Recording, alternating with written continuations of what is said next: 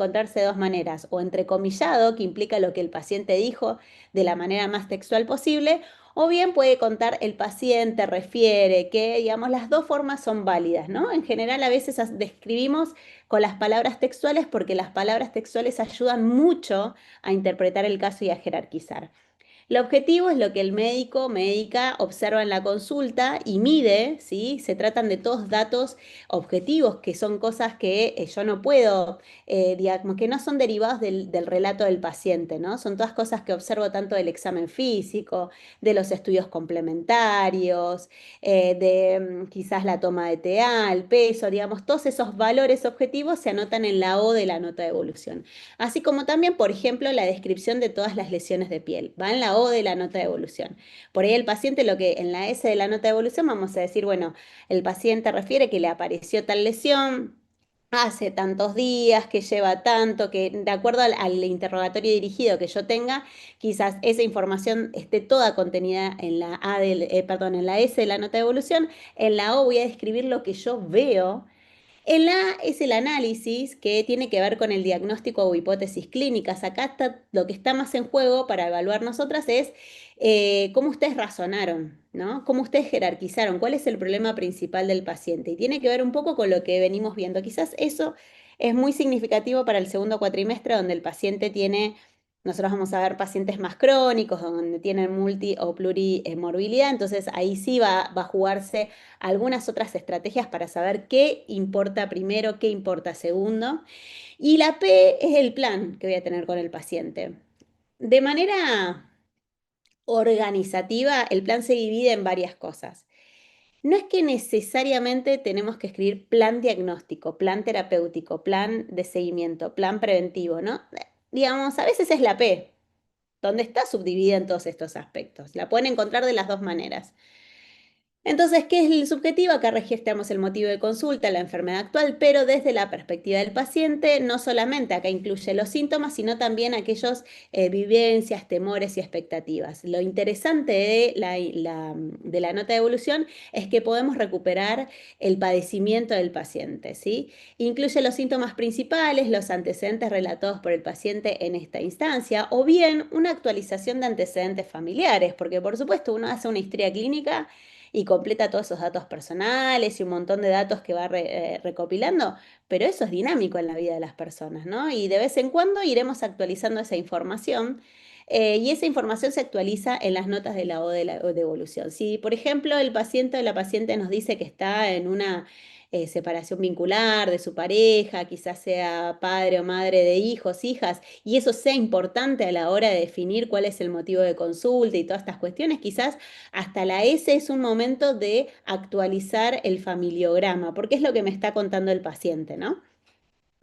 Bueno, incluye todos estos síntomas y después vamos a verlo con ejemplos más claritos con respecto a piel. La O es la información que tienen como médicos que pueden medir, observar y constatar. Son los datos más duros, más reproducibles, los signos vitales, los hallazgos del examen físico, los estudios complementarios que trae el paciente, laboratorio, imágenes, electrocardiograma. ¿Bien? La A de la nota de evolución no es más ni menos que la integración entre la S y la O de la nota de evolución. Por eso es el punto más sensible del SOAP. Hay que saber escribir y hay que poder entender en el paciente qué es lo que va primero, qué es lo que va segundo, cuál es el motivo de consulta. Hasta el momento lo que más hemos visto es el examen periódico de salud. Pero hay que saber leer la información que contiene la O de la nota de evolución, quizás para registrar un registro de T elevado, sobrepeso, obesidad, aumento del perímetro abdominal. Bueno, son todas cuestiones que sí importan a la hora de definir después mi plan de trabajo con el paciente, ¿no? Así que lo que incluye acá son diagnósticos presuntivos o, en lo mejor de los casos, de certeza.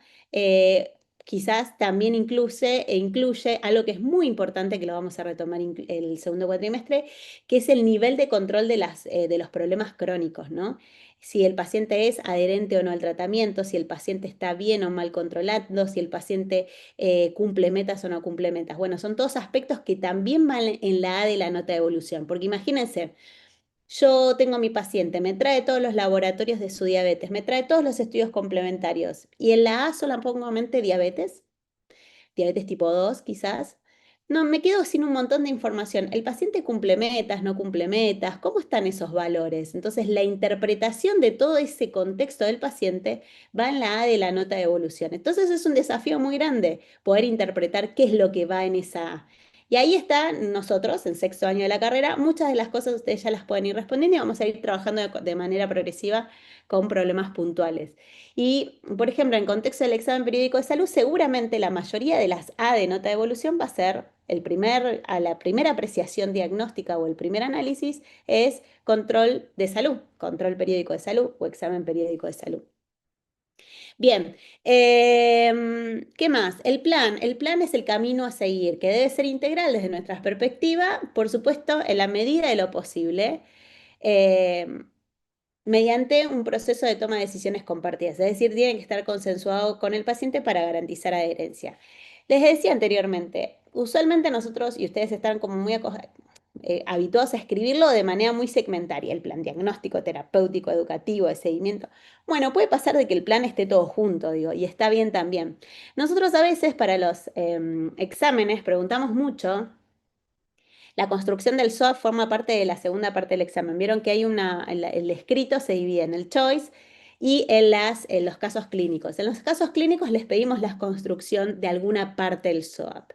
En general nunca perdimos todo el SOAP. En general les damos la S y la O de la nota de evolución. A veces les preguntamos cómo harían ustedes la O de la nota de evolución, pero por supuesto como la O se constituye de datos, quizás a veces termina siendo confuso, pero sí les preguntamos mucho sobre la A y sobre la P de la nota de evolución. Y sobre la P de la nota de evolución les pedimos específicamente alguna P. Les pedimos una P diagnóstica, una P de tratamiento, una P de seguimiento, alguna P específica. ¿Por qué? Para que no sea eterno el examen. Si no, no terminamos más. Si tenemos que hacer el swap completo, quizás no les va a alcanzar el tiempo. Pero sí para nosotros es central, de cualquiera de los casos, seguro, la mitad de los casos les pide razonar sobre la A. Y entonces ustedes van a tener información sobre esa S, van a tener información sobre esa O y van a tener que clasificar y designar qué van a poner en esa A de la nota de evolución. Así que es el ejercicio más importante que tienen que hacer a lo largo de estas semanas. Em, y algunas consideraciones, quizás nos pasa dos cosas, ¿no? Quien ejerce la especialidad quizás hace un entrenamiento en tiempo real y va escribiendo de manera frecuente estas historias clínicas. Bueno, nosotros con todos estos casos que nosotros estuvimos viendo en los espacios de taller, también es un ejercicio para que hagan una y otra vez los SOAP de las notas de evolución. Y algunos errores comunes o cuestiones que nosotros sentimos que más aparecen, por ejemplo, esto, ¿no? El paciente refiere que la presión fue 140/90. Si la tomó en su casa, es un dato subjetivo y hay que aclarar que la tomó de manera domiciliaria, ¿no? O sea, es importante ese dato. Porque si lo mido en el consultorio, por supuesto, ¿dónde va? En la O de la nota de evolución. ¿Bien? Entonces, es importante entender que lo que el paciente dice o siente va en la S, lo que se mide, se ve y se confirma va en la O, lo que se razona va en la A y lo que se va a hacer va en la P. Es el ejercicio de la repetición, pero para asegurar que vamos en este sentido. Bueno, importante siempre cuando les toque construir la S de la nota de evolución, que ustedes puedan recuperar esos temores o expectativas que tiene el paciente. Si nosotros tuviésemos el paciente al frente, es importante que eso esté señalado en la S de la nota de evolución, ¿no? ¿Por qué? Porque yo voy a hacer algo con esa información. Si el paciente está llorando en la consulta, si el paciente me está expresando algo que es importante atender, nosotros tenemos que tomar esa dimensión, la tenemos que apreciar y vamos a hacer algo con eso. ¿Sí?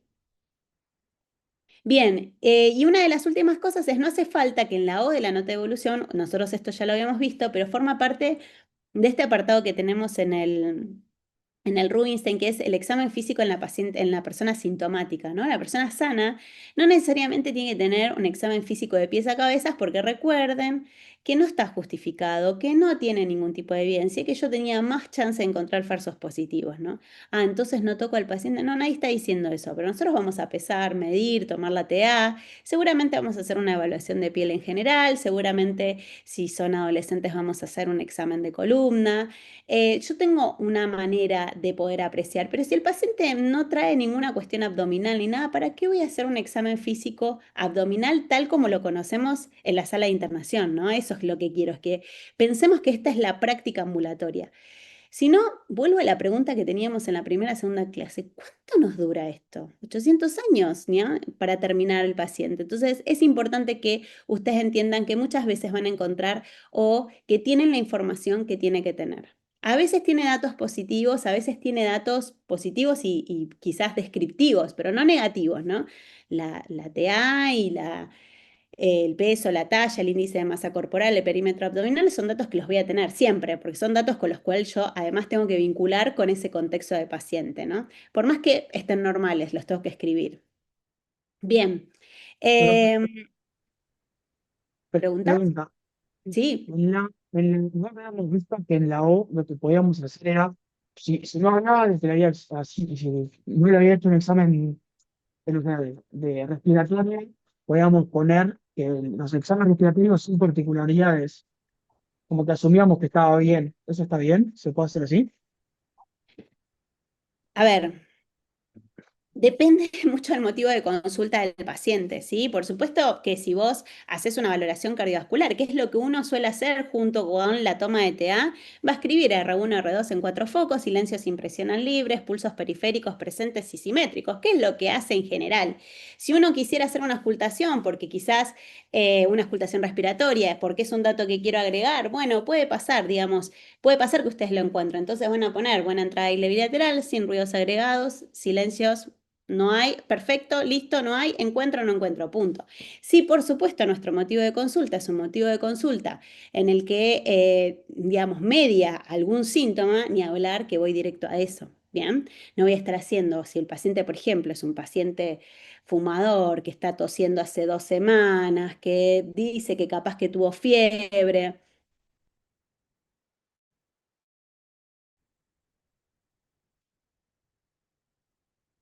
Ahí volví, perdón. Si el paciente tuvo fiebre o algo, bueno, sí, el motivo de consulta está muy explícito y yo voy a tener que hacer una valoración respiratoria un poco más precisa y voy a tener cómo está esa mecánica ventilatoria, voy a tener que ver otras cuestiones, ¿sí? ¿Alguien había levantado la mano o ya respondí más o menos? Sí, yo, profe, mil disculpas. Ok. Entonces, tenemos bueno, entonces no hace falta poner encuentra ahí de bilateral, sin murmullo que se ha observado, todo el relato, ponemos el eh, signo positivo, ¿verdad? Lo que nos orienta. De todos modos, ojo con los signos positivos, yo soy cuidadosa con eso, ¿viste? Porque pues si el paciente, por ejemplo, te viene este paciente, vas a tener dos tipos de pacientes, ¿viste? El que viene por examen periódico de salud, seguramente vos vas a interpretar esa O de nota de evolución como el paciente, el examen físico en paciente asintomático. Entonces, probablemente hay prácticas que no necesariamente estén ahí y que no las vas a ver ahí, ¿viste? O sea, no las vas a ver descriptas. Ahora, te puede pasar que el paciente, en el caso anterior, tenga una bronquitis, por ejemplo, ¿no? Uy, me anticipé al diagnóstico, pero es un paciente fumador, 10 años de fumador, te viene con tos, ¿viste? La expectoración ahí más o menos, una fiebre por ahí, vos sospechás bronquitis, ¿viste? Ahí lo vas a ocultar, pero no ocultas nada. También es importante ponerlo. ¿Te imaginas, no? Porque decís, bueno, hay buena entrada de aire bilateral, ¿viste? No escuchás ningún tipo de nada, ninguno, ¿viste? ¿Qué intentás? ¿Ver alguna, escuchar algún crepi, ¿viste? Algún subcrepi, intentar escuchar eso, pero no encontrás nada. Te puede pasar que los pacientes, ¿viste? En general no tienen. Entonces, por eso digo, soy cuidadosa con el tema de datos positivos o negativos, porque un paciente que viene con un motivo de consulta, como puede ser un cuadro respiratorio, y va a ir ahí igual, encuentre o no encuentre nada, ¿no? Va a haber muchos ejemplos de eso, de lo que vamos viendo, y sobre todo lo van a poder contextualizar mejor cuando el paciente tenga cosas. Que por ahí ahora, como es un examen periódico de salud, tiene menos cosas. ¿Bien? Claro. Nunca Bien. está de más entonces poner lo que vemos. Nunca está de más poner lo que vemos, incluso si no vemos nada, ¿sí? Nos va a pasar, ¿sí? Que vamos a tener algunas alertas. Ahora, te voy a poner, lo que no quiero es que aparezca esto catarsis y uresis positiva. Lo digo como el grado más tremendo que leí. Dale, si no lo evaluamos, eso lo evaluás en una sala de internación, un paciente que tiene una patología aguda, quizás en un contexto de hospital. Pero una práctica ambulatoria es un dato que me va a decir el paciente. Yo no voy a medir ni la catarsis ni la diuresis, ¿bien? Y eso se va a Especificarlo van a tener mucho más claro cuando veamos el paciente con problemas de salud, ¿no? En contexto de examen periódico de salud, lo que más nos interesa es que ustedes analicen cómo nos dieron los resultados. O sea, va a ser un dato que ustedes van a tener más que nada de la descripción de la O de la nota de evolución. Y lo que nos interesa es cómo entendieron la S, cómo entendieron la O y qué ponen en la A y en la P de la nota de evolución. Y entonces, en la sección análisis, recuerden, no es un listado eterno de diagnósticos, porque ¿qué hacen con eso? Se los voy a decir una y mil veces. Yo llego a poner un diagnóstico en el cual a mí me parece que aparece mucho esto, trastornos de ansiedad, ¿no? Porque bueno, puede pasarnos, ¿no? Pero no tenés mucha información a veces del paciente. Ojo, porque ya estoy etiquetando, ojo, porque yo ya estoy teniendo que hacer muchas cosas con eso. Y al revés, si no pongo, omito cosas que son importantes. No haríamos nada con una obesidad, con un índice de masa corporal quizás de 35. ¿Qué hago con ese paciente, no? Entonces, de eso se trata. Hoy es cuando ustedes ven todo ese conjunto de datos de la o de la nota de evolución, lo analicen y pongan las cosas que tienen que poner. Pero no es un listado diagnóstico, tiene que ver con el razonamiento clínico. Y es jerarquizado, es decir, es una valoración entre la S y la O de la nota de evolución. El paciente llora en la consulta, que es algo que puede sucedernos, ¿no?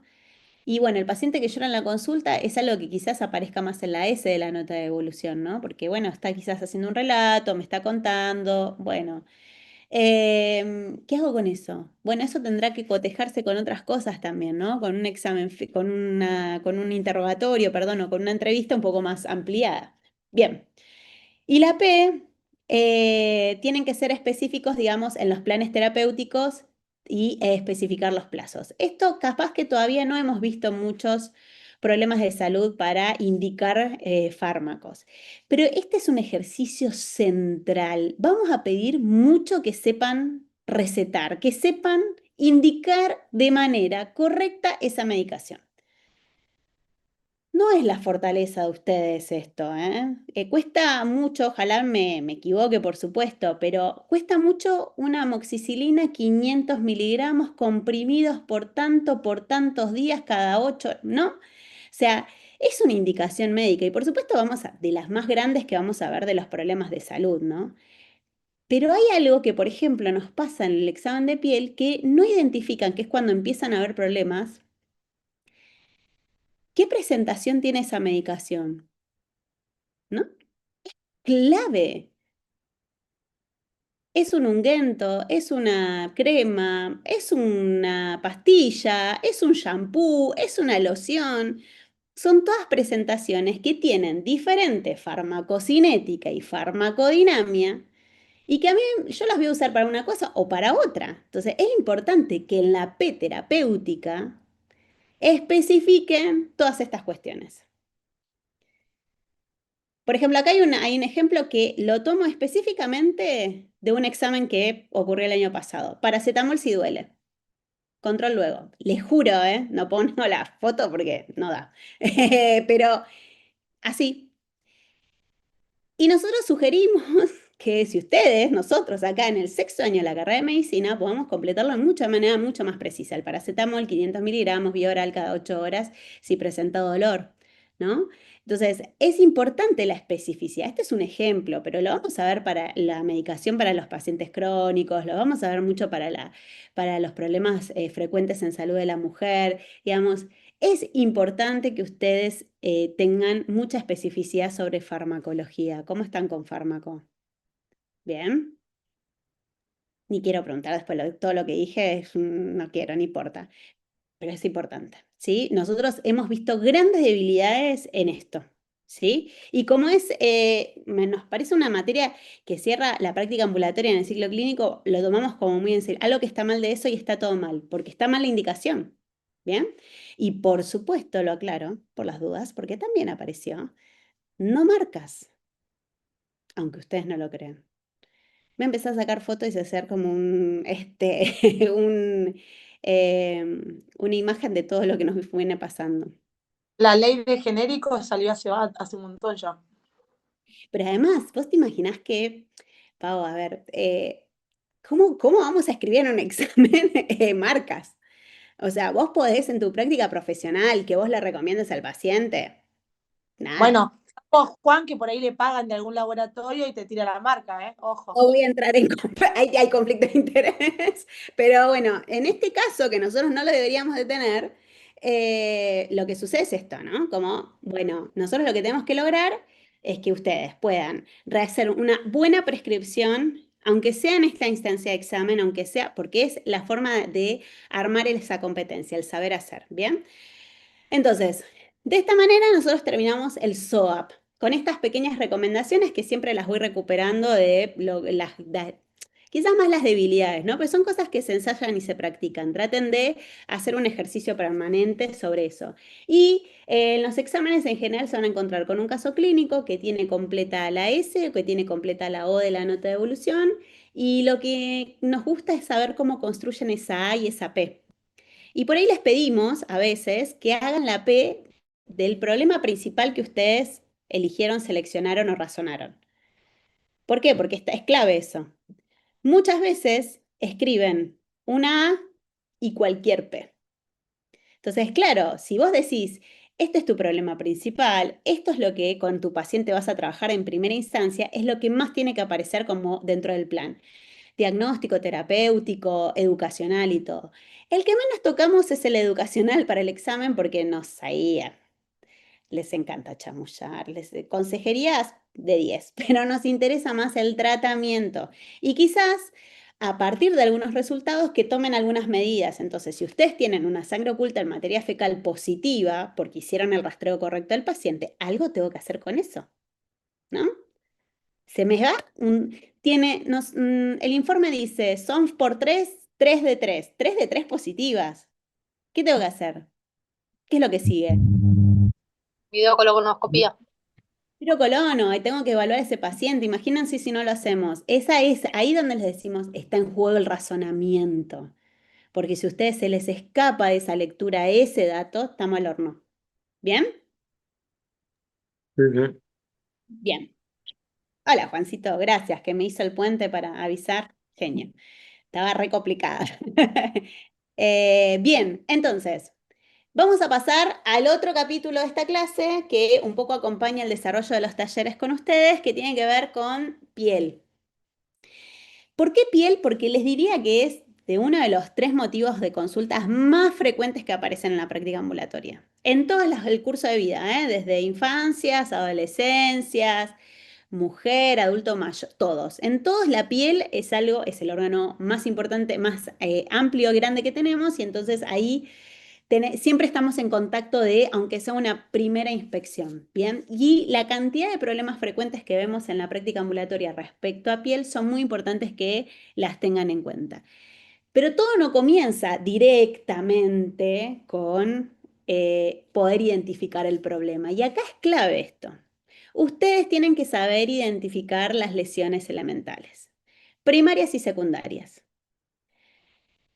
Por ejemplo, ustedes van a tener un examen de piel que debido a la masividad y que somos muy pocas docentes, ese examen después les vamos a contar de manera específica y vamos a hacer un ensayo en el campus. Va a ser a través del campus, pero de manera presencial, porque bueno, la IA no nos ayuda, no confiamos y queremos evaluarlos ahí. Ustedes me entenderán por qué esa decisión.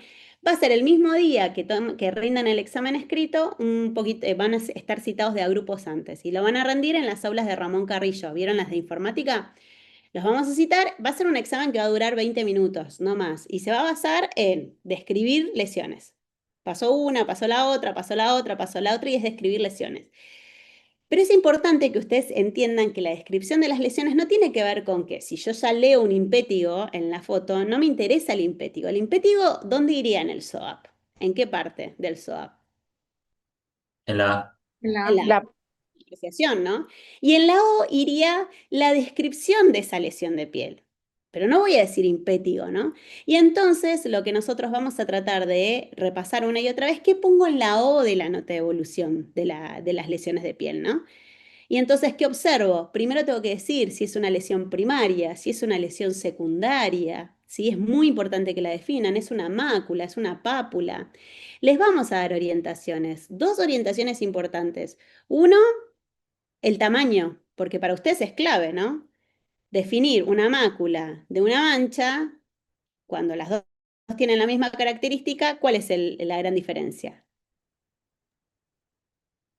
Mayor tamaño. Placa, ¿verdad? ¿Y la pápula y la placa? También por Lo tamaño. mismo, por tamaño. ¿Y la mácula y la pápula?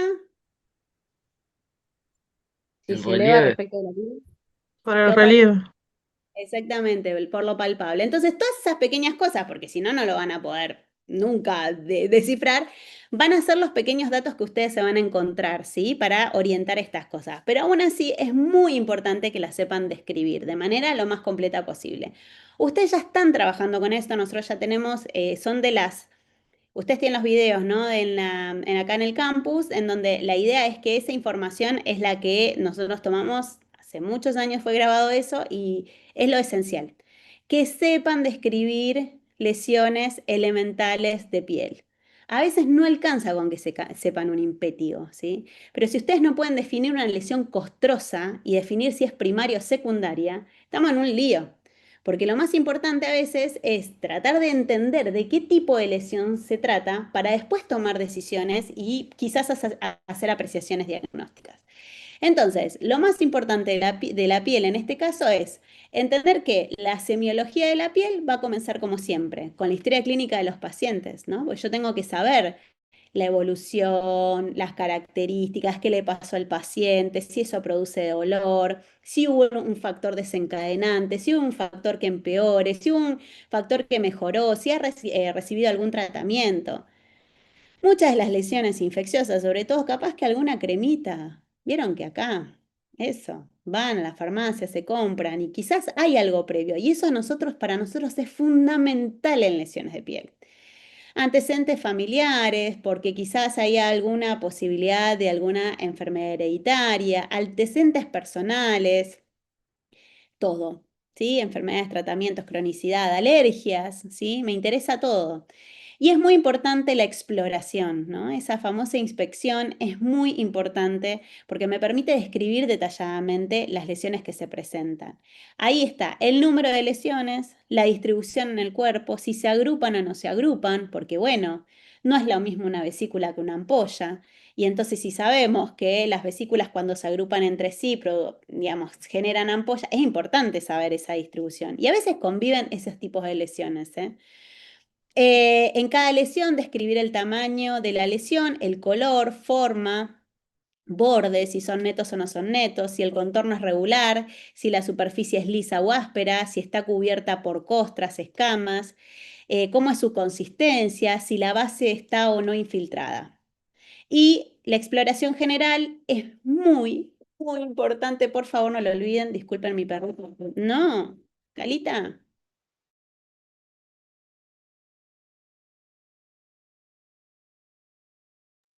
perdón.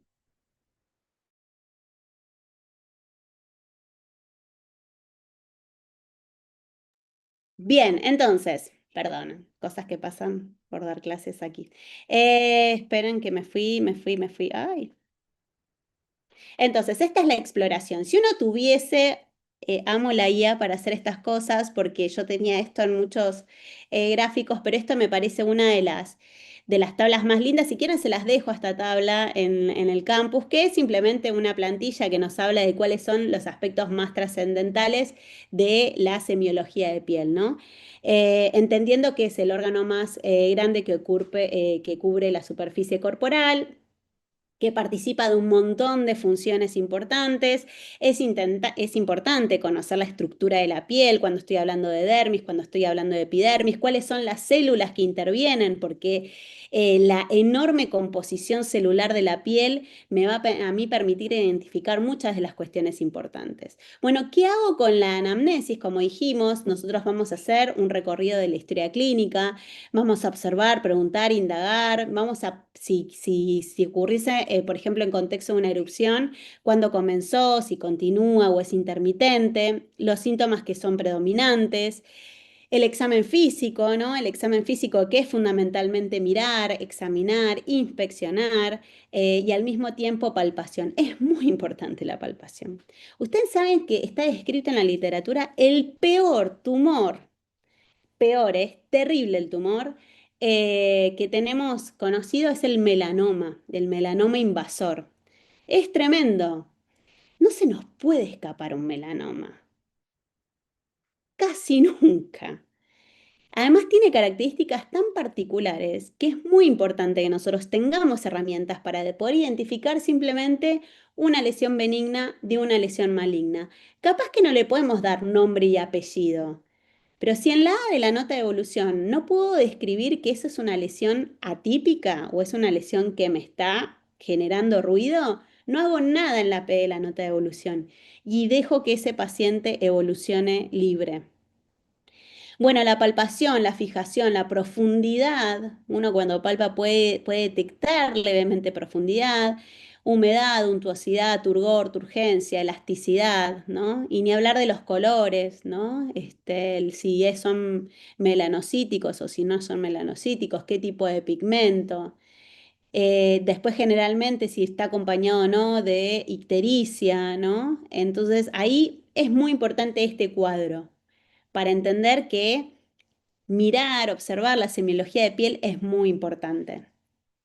Y existe un elemento que es, la realidad es que es el apoyo diagnóstico más importante que hay dentro del consultorio, que es el dermatoscopio, que lo que me permite ver es una microscopía de superficie, ¿no? Entonces es algo así como esto, ¿no? Que a mí me permite en el consultorio quizás ya estimar la profundidad o las características de manera mucho más simple, perdón, de manera mucho más precisa, porque con esto vos podés ver las diferencias en los colores, quizás en la rugosidad, quizás en la asimetría, que muchas veces en lesiones pequeñas no se van a ver.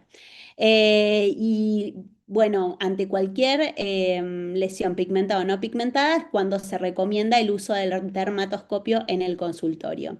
Lo usan mucho para la clasificación de nevos y para entender qué sucede con los nevos. Los nevos o los famosos lunares se evalúan casi siempre con dermatoscopio, ¿no? Y los colores en la dermatoscopía son muy importantes para establecer justamente esto. ¿Cuánto corro o no con mi paciente, ¿no? Entendiendo que no se me puede escapar ninguna lesión. Entonces, esto sí es muy importante. Y esto lo podemos ver siempre y uno puede estar atento al paciente y puede tener otra cosa a venir y nosotros podemos observar y podemos abrir espacios donde específicamente se haga la valoración de piel. Para mí es una de las cosas más lindas para evaluar, es sumamente fascinante ver la diversidad. Les debe pasar a ustedes que si uno tiene lesiones en la piel, son todas diferentes entre sí. ¿Cómo sé que esta es buena y esta es mala? Bueno, hay indicios precisos que surgen específicamente de la semiología de piel y que hay que aprender a mirar, ¿sí? Esto es muy importante. Natalia, Sí. en la palpación, ¿lo haces con guantes o lo haces a mano descubierta? Ay, qué buena pregunta. Vos sabés que los dermato te dicen que no, que con el guante perdés cierta sensibilidad para detectar cierta rugosidad o quizás las pápulas no son totalmente rugosas, ¿viste? Entonces, Ujú. capaz que se parecen mucho a las máculas, entonces necesitas palparlas y con los guantes perdés sensibilidad. Así que la recomendación es que ustedes ante la palpación, mientras no sea infeccioso, se pueda tocar sin guantes. Bien, gracias. Bien, entonces para hablar de problemas de piel hay acá sí se abre un abanico importante. A mí me interesa más que nada que en esta primera parte es sobre todo lunares, ¿no? Que es como un capitulón dentro de piel.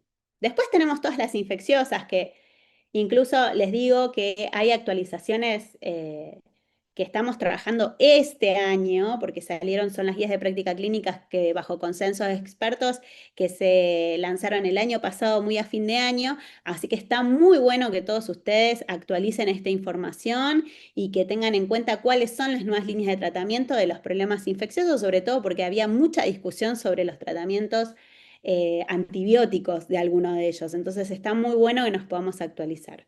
Pero en este caso, bueno, recordar esto, ¿no? Fíjense la histología de la piel, fíjense la dermis y la epidermis, por debajo de la dermis está la hipodermis y por debajo de eso el músculo, y fíjense el estrato córneo donde ocurren muchas cuestiones muy importantes, por eso es importante que lo sepamos. Y ahí del otro lado tienen un montón de células. Había dicho anteriormente, la variabilidad celular que tiene la piel es tremendamente interesante. Ahí convive un universo de células con muchas funciones que de acuerdo al problema va a afectar a uno o a otra. Y por eso es importante saberlo. No es lo mismo que estemos hablando de las células escamosas, del queratinocito, del melanocito, que quizás de algunas otras células que quizás por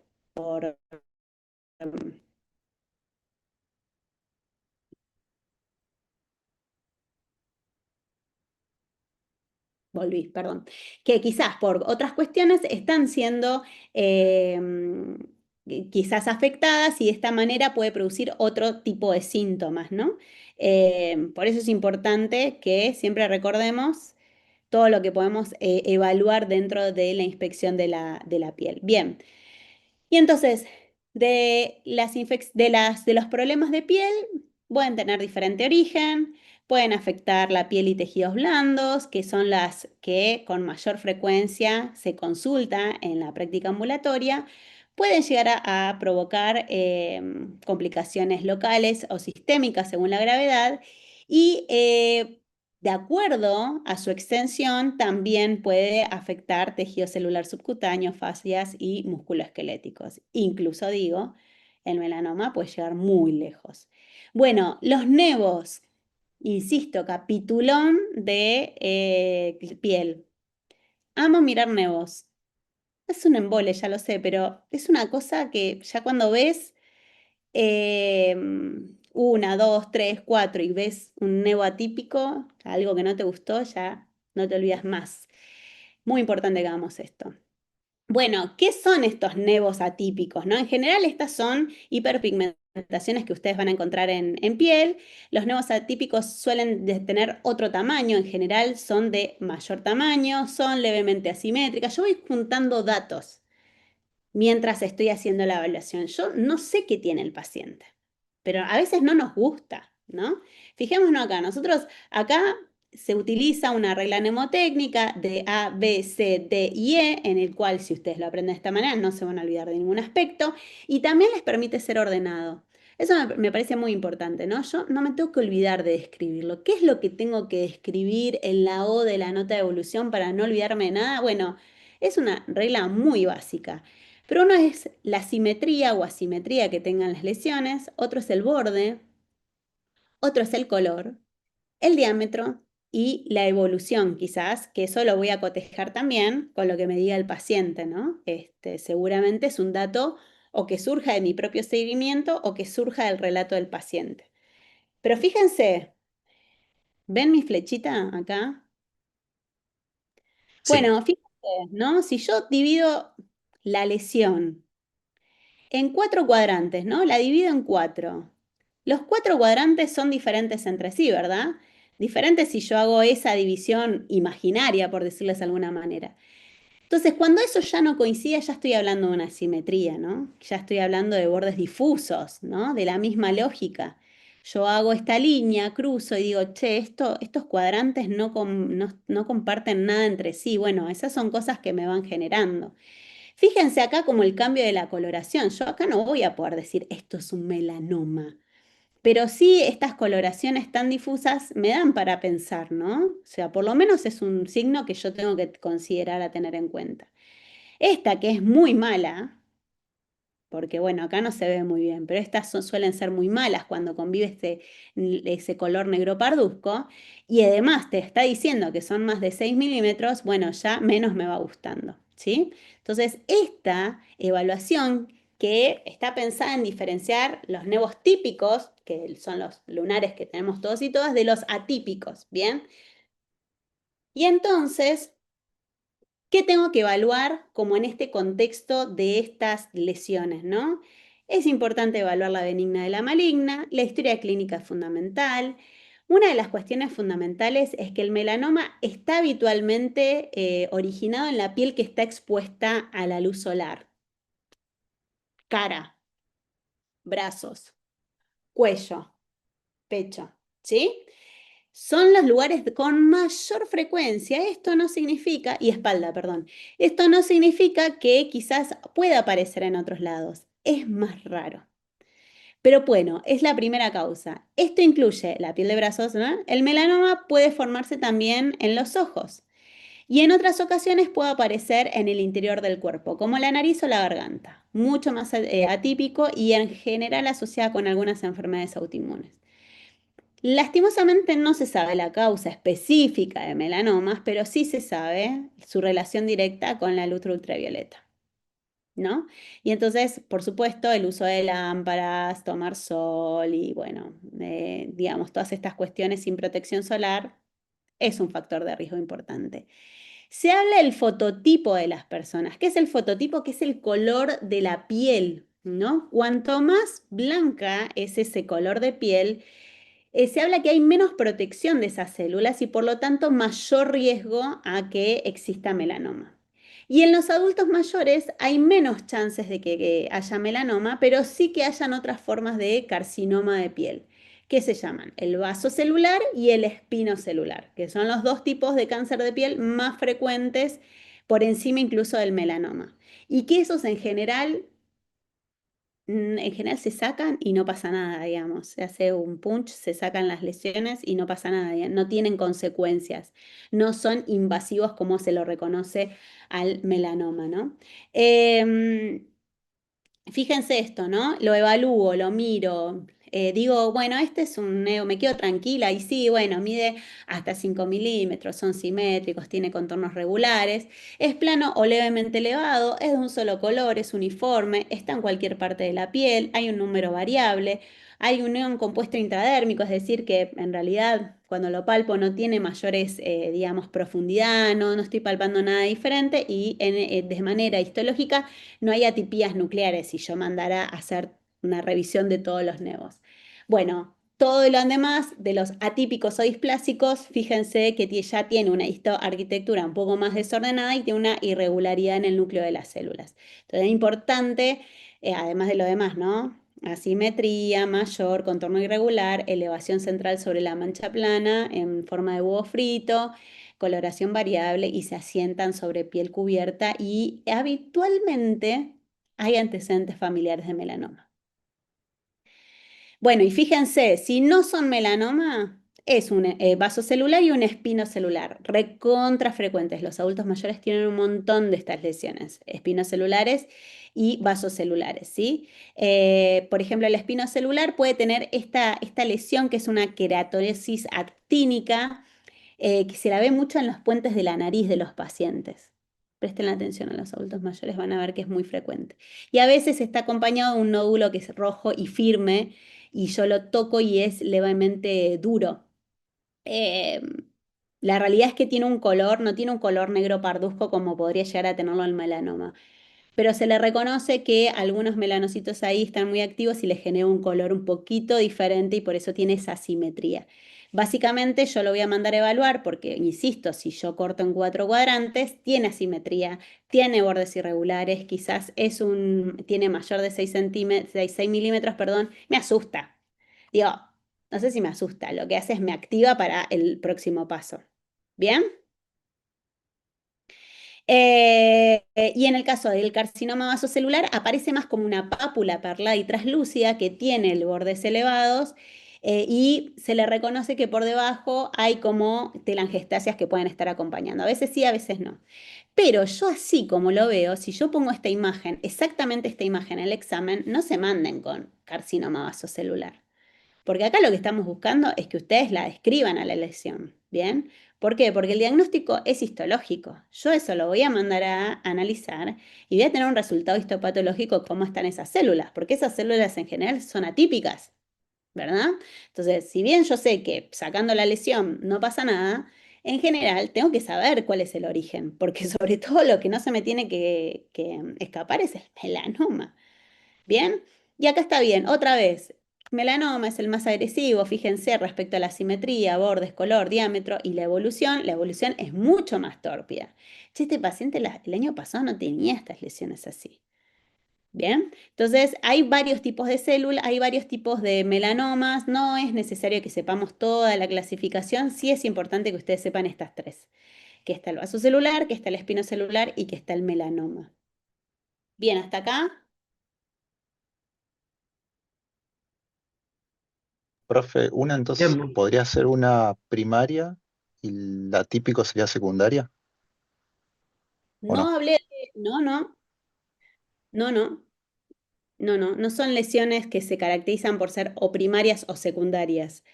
Vos las vas a describir, quizás te encuentres con una pápula, quizás te encuentres con una mácula, pero la asimetría, los bordes, el color, el diámetro es lo que te va a dar a vos indicio. No la encasillan, ¿eh? Profe, le hago una consulta. Sí. Para medirlo, ¿se usa algo especial o es a ojo? Regla, Regla. Ok, regla, está exactamente. bien. Es una buena pregunta. Sistema métrico, ¿viste? Porque para diferenciar que esto tiene 6 milímetros, ¿de dónde lo sacaron? No, sistema métrico como el que conocemos y se utiliza una regla. Así que siempre es importante tenerlo. El dermastoscopio tiene ya cómo medirlo, ¿viste? Y eso está bueno. Ok, ok, gracias. Bien.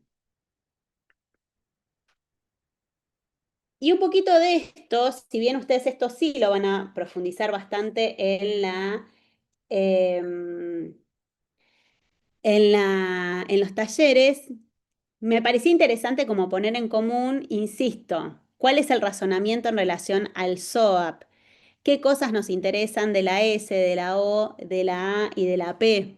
¿Por qué? Porque acá va a ser clave que si ustedes identifican correctamente las lesiones en la A de la nota de evolución, quizás perdón, en la O de la nota de evolución, quizás en la A la clasifican, la aprecian y la razonan de manera correcta y con eso hacen algo. Por eso le decía al compañero, bueno, ojo, porque quizás vos no puedas poner melanoma o carcinoma. Quizás tengas que poner qué tipo de lesión te encontraste, que puede ser una lesión papulosa, puede ser una lesión de placa porque la veas más grandecita, puede ser una lesión más una mácula, puede ser una mancha, porque no sé con lo que me voy a encontrar. Y eso es lo que yo tengo que lograr apreciar en términos de diagnóstico, ¿no? Las características y saber si me asusta o no me asusta.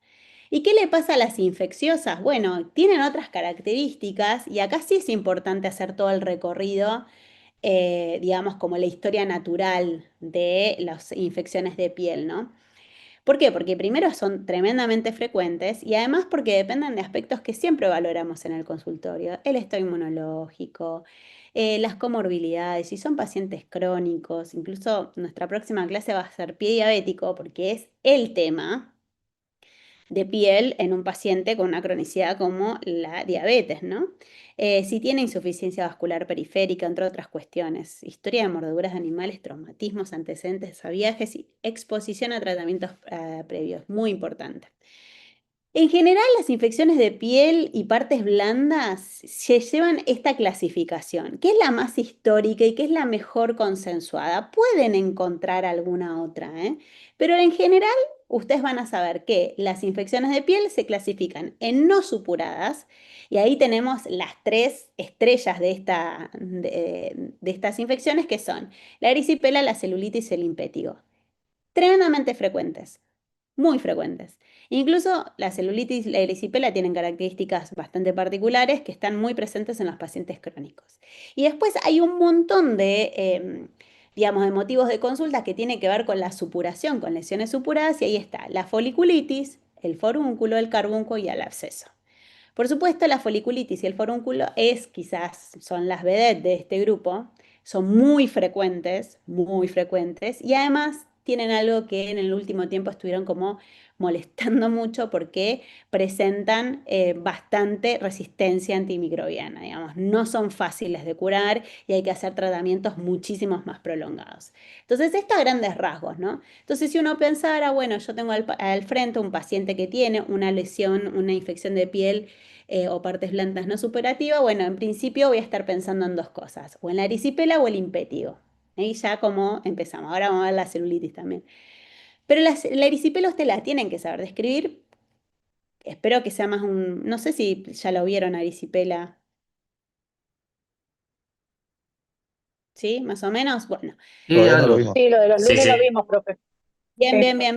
Perfecto. Así voy, le tomo velocidad y por lo menos llegamos a ver toda esta parte que es la que me interesa. Bueno, ¿qué es una infección aguda que se manifiesta como una placa? Y entonces, ¿qué va en la O de la nota de evolución? Una placa eritematosa, caliente, con bordes netos, no sobrelevados, comprometiendo la dermis superficial y los vasos linfáticos. En general, muchas de estas infecciones, celulitis y erisipela, hay que hacer, en general, siempre, pero los ganglios hay que evaluarlos periféricos a la lesión, ¿no? Porque a veces están aumentados de tamaño producto de un proceso infeccioso. ¿No está bien eso que suceda? Porque, bueno, por lo menos no es lógico que suceda. Bueno, y en ocasiones puede presentar lesiones ampollares y estar acompañadas por adenopatías y linfangitis. Y, digamos, el agente causal más importante es el Streptococcus pyogenes. ¿Y qué le pasa al impétigo? Porque el impétigo es otro de los grandes motivos de consultas frecuentes. En general, únicamente afecta epidermis y no deja cicatriz. Es altamente transmisible, muy contagiosa. De hecho, es muy común que todos los hermanitos tengan lesiones impetiginosas, siendo frecuente en regiones donde hay más calor, digamos. En los meses de verano, acá tenemos mayor predisposición a que se generen impétigos. Se presenta primero, hay como un proceso natural de los impétigos. También está Piógenes y también está Aureus, pero a veces empiezas con pequeñas vesículas que se hacen ampollas. Estas ampollas se rompen con facilidad, diferente a otros procesos infecciosos. Em, y una vez que se rompe ese líquido, ¿vieron? ¿Se acuerdan que las ampollas, por definición, son lesiones primarias y secundarias? Vale. ¿Primarias? Bien, ¿y tienen líquido? Sí. ¿Tienen algo? ¿Tienen Sí, contenido? sí, sí. Sí, Estas se raspan. El líquido que sale hace que se seque y se forme algo que se llama costra. ¿Qué es la costra? ¿Primaria y secundaria? secundaria. Secundaria. Y que además la Genial. costra toma un color particular que es ese color entre blanco y medio doradito, que es la famosa costra melicérica, ¿sí? Esa combinación es característica de el impétigo. ¿Voy a poner impétigo en la O de la nota de evolución? No. ¿Me voy a tentar en poner impétigo? No. ¿Para dónde lo voy a dejar? ¿Para la A? Es una obviedad en este momento de la clase. Pero en el examen, por favor, porque se tientan, eso es un impétigo. Pero a mí no me sirve, a mí me sirve que ustedes digan, esta es una ampolla, acá hay ampollas, acá hay costras melicéricas, como siempre, ¿no? La extensión, las características, la cantidad, la ubicación, todo eso, todos los datos que puedan describir de esa imagen. Y después pongo en la A impétigo y después pongo en la P qué voy a hacer con eso. Porque la característica que tienen este tipo de lesiones, sobre todo el impétigo, es que yo tengo un conjunto de medidas farmacológicas que a veces son locales, a veces son sistémicas, y un conjunto de medidas que son más de la higiene, ¿no? Porque tengo que hacer algo con eso. Y recomendaciones para la familia, porque si decimos que es altamente infeccioso, tenemos que hacer algo con eso.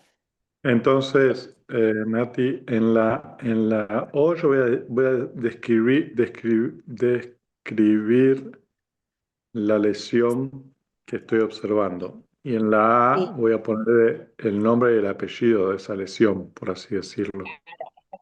Exactamente. Y ya le voy a poner, si yo lo estoy mirando, vos no necesitas en este caso mandar al laboratorio una muestra de esto, porque ya es un diagnóstico de los que se denominan clínicos, ¿no? Entonces, con el diagnóstico clínico yo ya puedo hacer algo. Entonces, tengo que hacer impétigo y tengo que poner en la P lo que voy a hacer con esto. ¿Bien? Ahora lo vamos Bien. a ver. Bien. Entonces, la principal complicación del impétigo va a ser la extensión local, que puede ser una celulitis, una linfadenitis, y más raramente, muy raramente, y dependiendo de muchas condiciones del paciente, por ejemplo, bacteriemia o condiciones sistémicas como la neumonía, la osteomelitis, la artritis séptica o la sepsis, ¿no? Estamos hablando de los casos más graves. Hay, digamos, pocos, pero hay casos descriptos respecto al impétigo estreptocóxico, que es otra complicación rara que también se da con esta bacteria, que puede ser la glomerulonefritis. Muy rara, chicos, pero la van a ver en la bibliografía como una descripción. Lamentablemente hay poca vigilancia epidemiológica sobre estas cuestiones y al mismo tiempo, por suerte, los tratamientos local tomados a tiempo son muy efectivos, ¿sí? ¿Cuál es el diagnóstico diferencial? Otra de las preguntas que nosotros hacemos en los exámenes es, bueno, ¿y esto con qué lo tenés que diferenciar? En este caso, con un herpes, porque quizás dijimos, esto empieza con una ampolla.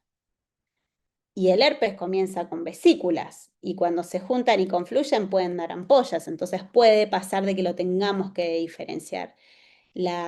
Digamos, el impetigo es mucho más frágil, ¿sí? Y enseguida hace costras melicéricas, porque como es más, ya el hecho de dormir ya les desprende al paciente, sobre todo si son peribucales, o perinasales acá en el puente de la nariz, ya se les desprende con facilidad y eso hace que sean como mucho más visibles las lesiones costrosas.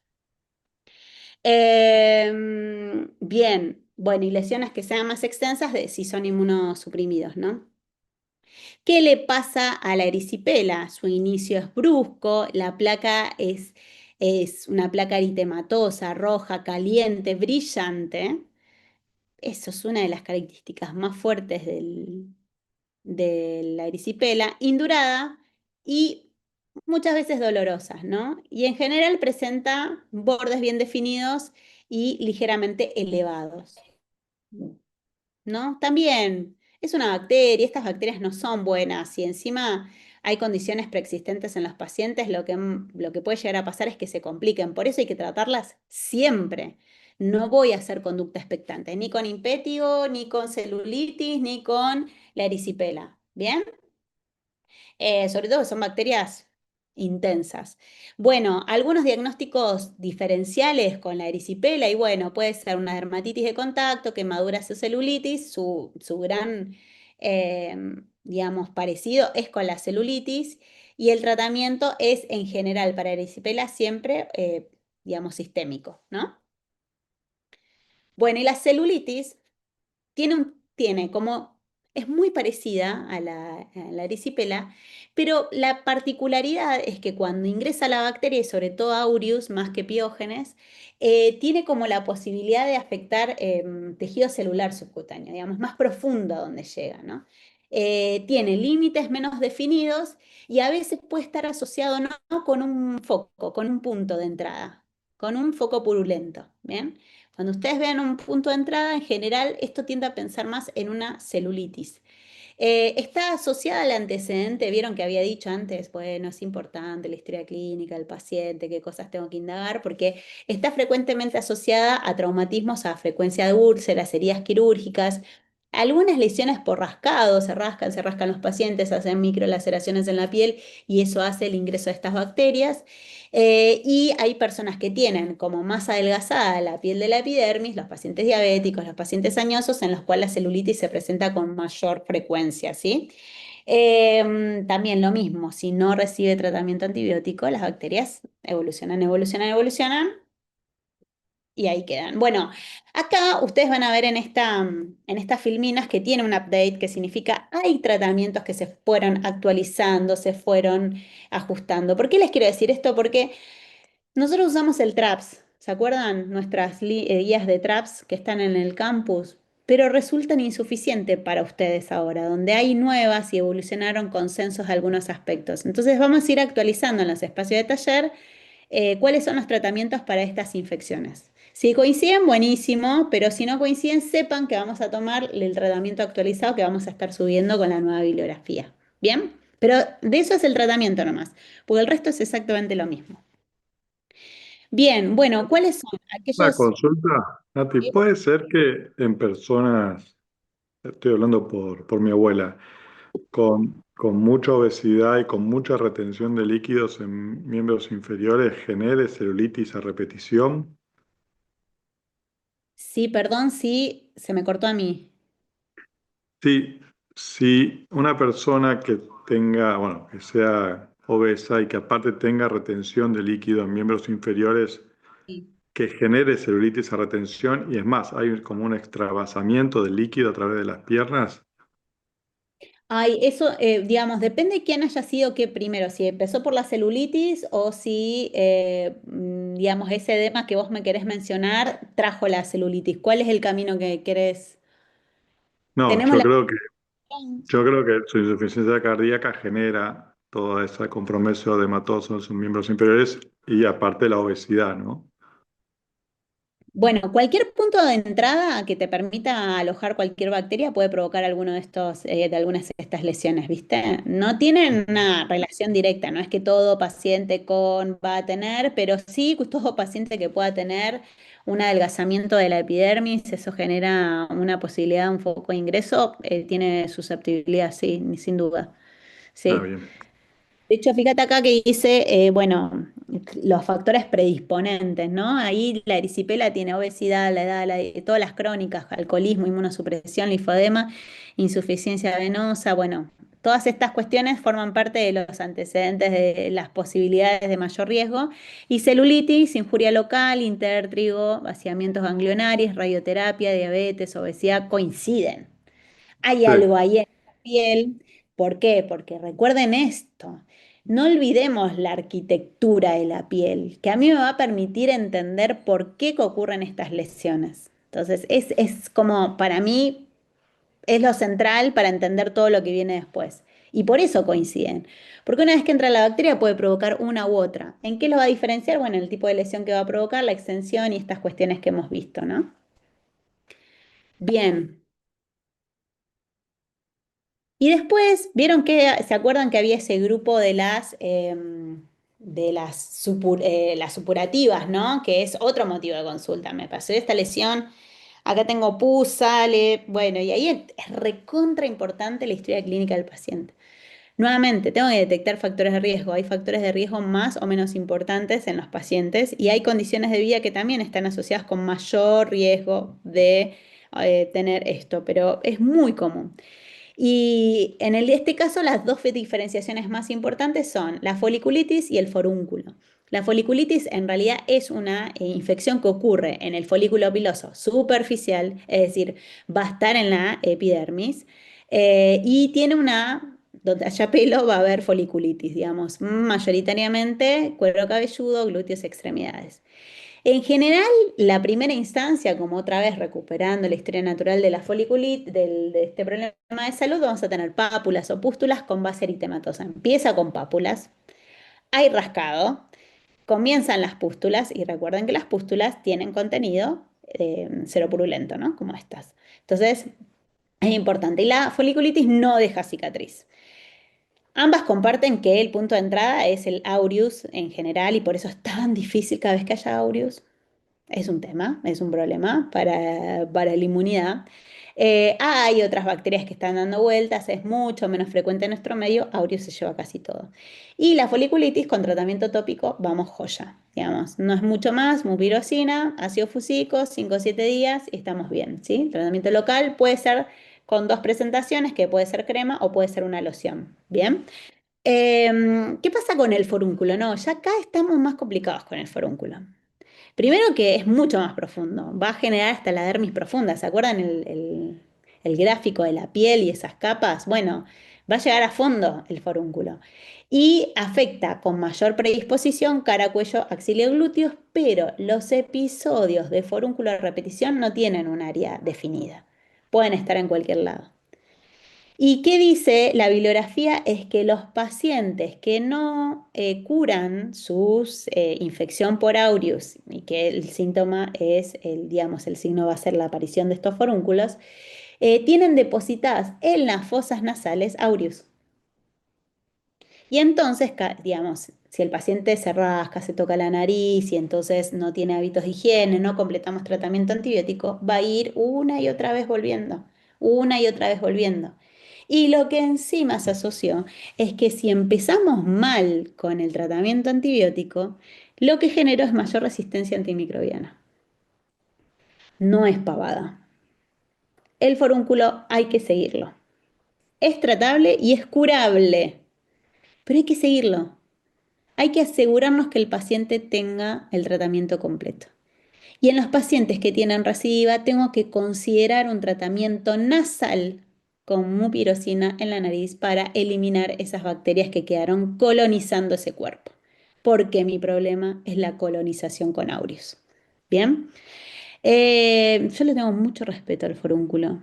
La verdad que tuve un paciente re joven que no terminó bien por forunculosis y nunca nos olvida uno de esto. Y decís, "Ay, era tan posible su tratamiento y no se pudo".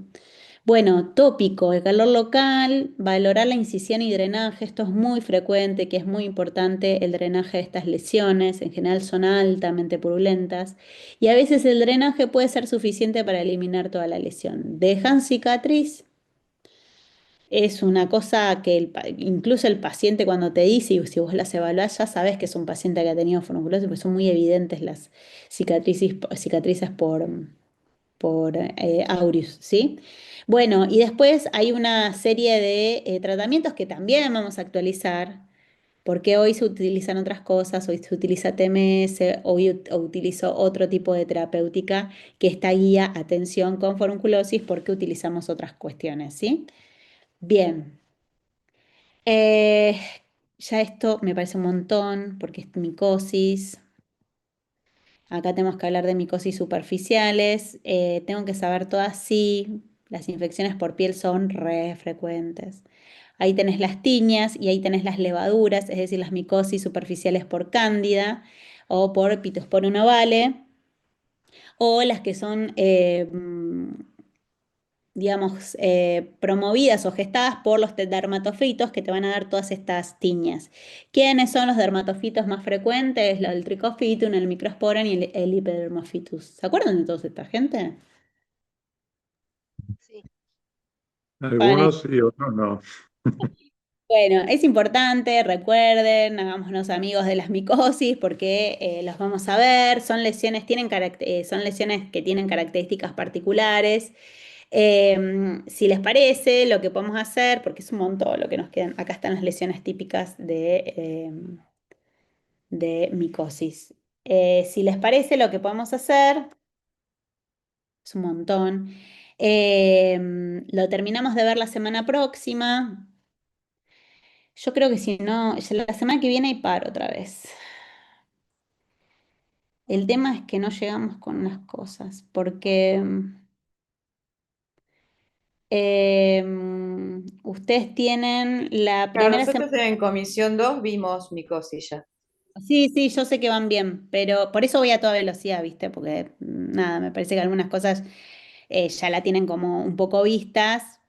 Como siempre, intento complementar, pero me falta todo lo de pie diabético, que es como todo un seminario entero sobre pie diabético específico. No es que nos interesan todas las úlceras por presión, porque vieron que es una mega clasificación, pero vamos a ver algo de úlceras chiquititos para que ustedes por lo menos sepan describirlo. Y lo que yo quería era tener un espacio para algún intercambio más de imagen, ¿no? Para que las podamos describir, para que podamos como repasarlas con imágenes, sin diagnóstico, sin nada. ¿Bien? Que me parece que eso y me gustaría un poco más llegar a esa instancia que bueno, la primera semana de junio tienen examen de rastreos, ¿sí? Dos cosas. Durante el espacio de taller, digamos, no hay ninguna cosa rara, es en el espacio de taller, van a tener que llevar una hoja en blanco y se les va a dar unas consignas. Y alguna consigna va a ser defina 3 rastreos, digamos, con recomendación tipo B en salud de la mujer, cuál es el método de rastreo, qué se rastrea y cuáles son los resultados. ¿Sí? O sea, ese tipo de preguntas va a haber. Respecto a esta inquietud de si pueden llevar los rastreos, no, de ninguna manera. La idea es evaluar lo que saben, ¿sí? Entonces, va a ser un examen relativamente corto, con preguntas. La realidad es que nos interesa que lleguen un poquito mejor a la instancia de examen. Entonces, por eso hacemos esto intermedio. Bien, entonces va a ser la primera semana de junio. El grupo de los lunes va a rendir el 1 de junio y el otro grupo va a rendir el 4 de junio. ¿Sí? Y el 29 de junio que es lunes, van a rendir todas las comisiones el examen parcial, ¿sí? Como les decía antes, vamos a organizar los grupos para que hagan el examen en las aulas del EC. Ahí después les vamos a decir cómo van a venir. Y a las 4 de la tarde rinden el examen escrito. Bien, que son 10 multiple choice y 5 casos clínicos. Un caso seguro es de epidemiología clínica, con lo cual me parece interesante guardarnos un ratito para repasar epidemiología clínica. Y el resto, en general, lo que hacemos es un adulto mayor, una mujer, un hombre y un niño, niña o adolescente. ¿Me siguen? Sí, sí. Sí, sí, Bien, sí, sí. Sí, sí, sí. entonces, nos queda el seminario del 2, si no hay nada nuevo, el seminario del 2 del 9 y el 16. Llegaríamos con los temas. A mí el 2 me interesaría ver todo pie diabético, terminar con micosis como repaso. Si les parece bien, a mí me gusta la modalidad de poner todo en común, pues si surge alguna cuestión, siempre está buena como anticiparla. Ver pie diabético y úlceras, que me interesan, y ahí terminaríamos con la parte de piel. Por ahí si nos queda un ratito, hacemos un intercambio con imágenes, esas cosas. El 9 de junio estaríamos haciendo un repaso de examen periódico de salud y epidemiología clínica. Y el 16 cerraríamos con las preguntas y las dudas que tengan, ¿no? De todo lo que vimos y un espacio abierto para revisar algunos temas, para que lleguen lo mejor posible. ¿Bien? Sí, ¿Estamos sí. bien? Sí.